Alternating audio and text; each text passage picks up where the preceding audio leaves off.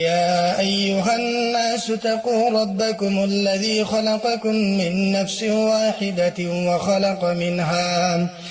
وخلق منها زوجها وبث منهما رجالا كثيرا ونساء واتقوا الله الذي تساءلون به والأرحام إن الله كان عليكم رقيبا.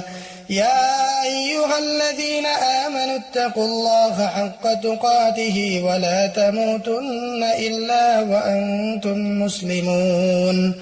يا أيها الذين آمنوا اتقوا الله وقولوا قولا سديدا يصلح لكم أعمالكم ويغفر لكم ذنوبكم ومن يطع الله ورسوله فقد فاز فوزا عظيما. قال النبي صلى الله عليه وسلم: النكاح من سنتي فمن رغب عن سنتي فليس مني.